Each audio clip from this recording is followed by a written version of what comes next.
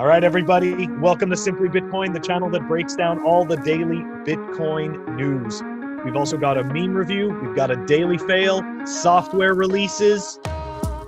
Don't forget to like and subscribe. All right, we're going to kick it off with the numbers. Here we go. Downloaded dashboard. Block height of 655,153. Bitcoin price 13,572. Chain rewrite days 635. Yeah, that just got way more secure. And Wow. total lightning capacity 1,037.43 Bitcoin. I like it. It's good. It's looking good, Phil. Good. These numbers look good. They are looking good. Phil, it's time for Simply Bitcoin, the channel. All right, so well, she's not a Bitcoiner, but she's definitely a fail. Here we go. Talking none other than Stephanie Kelton. So she promises to stop when the battle is won. Until then, here's another attempt to improve understanding and shift our broken thinking about government deficits. Okay, so she's a proponent of MMT, modern monetary theory. Okay, and for the people that don't understand what that thread is about, which you'll be able to check it out, it's all in the show notes. Essentially, she's trying to convince people that the deficit doesn't matter. Like it makes no difference, right? That the government is just printing away all of your value right now. Like that's not actually happening, right? You're not really suffering through inflation, right? The asset prices aren't really going up and things aren't really costing anymore. And that's not really happening, right? It's all good. This is all part of the system. And this is exactly what they try to do when they get to the end of their rope and they've got no tricks left. They now have to convince you that all of this money printing is all good. It had different names before, right? It used to be QE, right? And there were names before that. But at the end of the day, it was all money printing. Anyways. So, Phil, I got a question for you. Do you think she's conscious about this, or do you think that she's been in the system for so long that she's starting to believe the bullshit that she's peddling? Oh, I absolutely, you know what? Unfortunately, I believe that she doesn't know any better. And ignorance is not an excuse. It's unfortunate, but hey, you can choose to learn something else. Like if there's people screaming that there's something else, at the very least, you should objectively look into it, right? And the reality is that I think that, she's somebody who just, believes the absolute BS that she's always been fed. Absolutely. She's buying into that Keynesian school of, because it's always changing, right? It's always changing. It's exactly what you said. It's always changing to fit the new narrative, right? So exactly right. Phil, they're just running out of things to call it. Yeah, dude. It's absolutely crazy. Let's move on to something more positive, Phil. It's time for the Daily Meme Review. All right, so the Daily Fail for today is brought to us by ICO Offender. I actually like him. He's a cool dude on Twitter. Very cool dude. And this is his meme. Let's play it. Help me! I'm sinking in this quicksand! Quick, grab a hold of me.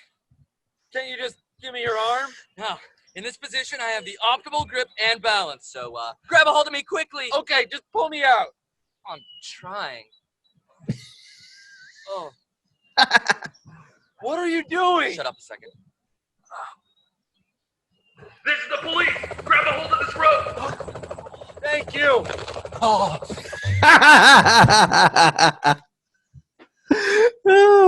Dude, okay.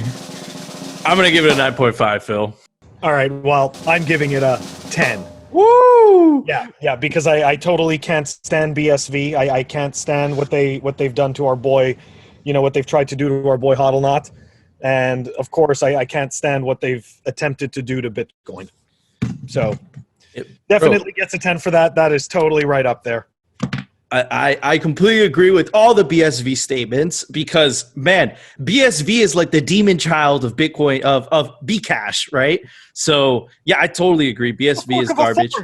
And it's a fork pretending to be Bitcoin. It's a fork of a fork, and it's pretending to exactly right. And Phil, like I didn't give it a 10 because I love that thing that you do where it's like a lot of people that are just getting to space won't understand it, so that's why I didn't give it a perfect 10. Like perhaps they don't recognize who Craig Wright and the Calvin guy is, the pedophile. I like how you're staying like you're staying grounded on this one, like I'm kind of going off and like, all right, We're switching roles today this week. very nice. But like, All right. seriously, like BSV is like, it's an infinite fail loop. It is. It's just complete trash. So it's time for The Daily News, sponsored by Crypto Cloaks.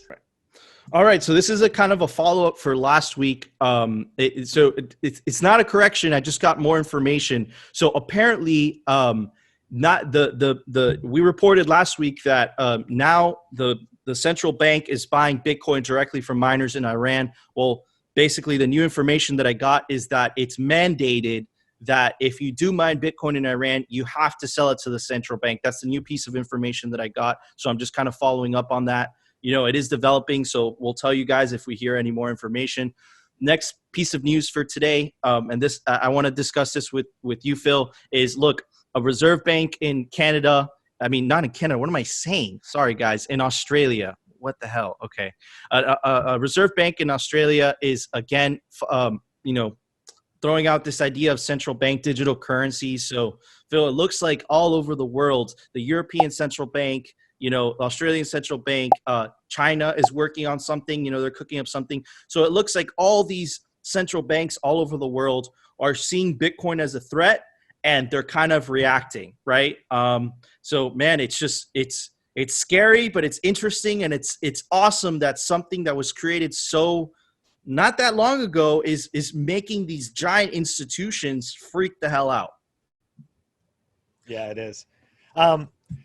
I just, I'm obviously, I'm not really surprised, but at the same time, yeah, I do find it interesting and dystopian. I think I'm going to use that. I'm going to use that word because I definitely fear, I fear the stupidity of the masses, because you see an individual person can be intelligent, but once you get into a group, it becomes groupthink. So it's much easier for people to just become stupid and as a group. And anyways, I'm just, I'm afraid that that people are going to obviously buy into these, digital currency systems from all these different countries, and they're going to miss the proposition of Bitcoin. So I do have that fear, but luckily, information right now is still, for the most part, not censored. So, we can all still get the word out, and people still have a chance to opt into Bitcoin. Absolutely. It's going to be this ginormous clash of different technologies, dystopian future or a free future, right? It's going to be absolutely crazy. And all right, so the next piece of news for today, Phil, is this is crazy, bro. The fees, and I kind of want to, it all kind of sums up, it all kind of ties in together. So basically, the biggest difficulty correction happened, or one of the biggest. It was an 18% difficulty drop. And and that kind of led, and the reason that the difficulty drop is because there are so many miners that went offline. We reported that last week, and this just bumped up the fees, right? And I know what you guys are thinking, like, how did it bump up the fees? The reason it bumped up the fees is because the block time became 11 minutes and 56 seconds. So that kind of backed up the whole network, right? And it doesn't sound that long, right? So the average block time of Bitcoin, like you guys know, is about 10 minutes. So, the fact that it doesn't sound like a minute and a half doesn't sound like a lot, but add those minute and a halves together, right? And you can start to see. Exactly. So this kind of explains, these crazy fees that you're seeing. And, for miners, it was great because they saw an increase in revenue. We can go back to Clock Money Dashboard to kind of, see that, it's crazy. It's absolutely crazy. Right now, you're seeing basically 31% of the block reward is coming straight from fees. That's absolutely insane. So right now, the block subsidy is about 6.25.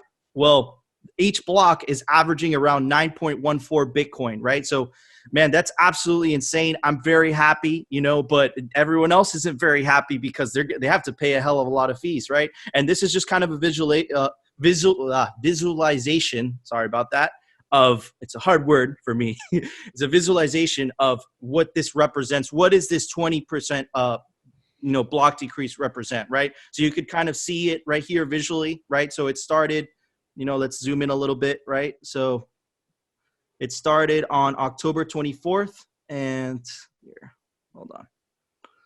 Let me try that again.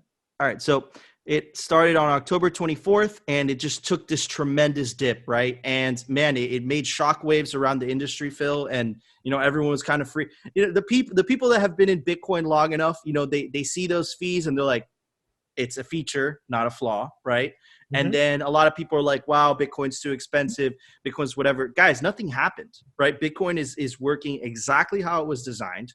The difficulty adjustment is that's exactly why it's there, right? So in case there's a tremendous drop in hash rate, the Bitcoin network adapts and it changes so that it can maintain that average block time of 10 minutes, right? And it could eventually get those fees a little bit lower.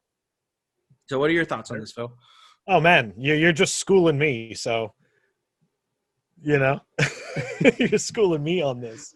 No. But I mean, but that's not fair, dude. Because I mine for a living, right? Yeah, I know. That's why you know so much about this. No. But I want to get it. I want to get your perspective on this from like the user, right? Like, what are your thoughts on the user when you heard the basically 20% hash rate drop? I mean, honestly, I didn't worry, and it might be ignorant of me, but it just didn't bother me at all. I just figured, okay, some event occurred, and as a result, the hash rate dropped. But I do know that the difficulty readjusts, so I didn't actually worry. But to somebody maybe who spent less time reading and learning about Bitcoin, maybe they'd be afraid, right? Maybe they would be worried. But at the end of the day, I mean, look, it just keeps going.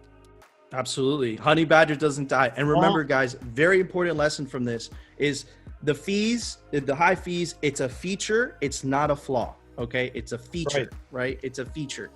And Phil, there was a pretty big software release today. Software releases. Okay, so Spectre version 0.9.1 released, and they did some desktop app refactoring. They added, HWI to... they upgraded it to version 1.2.0, hot wallet passphrase and custom derivation, Electrum watch only export, and performance boost. What is that? That's funny. It's like, we've added performance boost for sure. It's just added. Anyways, so I guess it means faster. You have to take their word for it, I guess. Their word that it's just better. Okay, it's just better. Anyways, that's going to be down below in the show notes. Awesome. All right, guys, thank you so much for watching. And this video comes out the next day, so the election is today. So I just want to say that no matter who you vote for, it really doesn't matter because it just doesn't affect Bitcoin whatsoever, okay? Bitcoin keeps going, right? So it doesn't matter, but I had to touch up on that. Anyways, guys, thanks for listening. If you like the show, give it a like. If you love the show, give it a subscribe. If you like the show, give it a subscribe anyways. Tune in tomorrow for another episode of Simply Bitcoin. And of course, no shitcoins.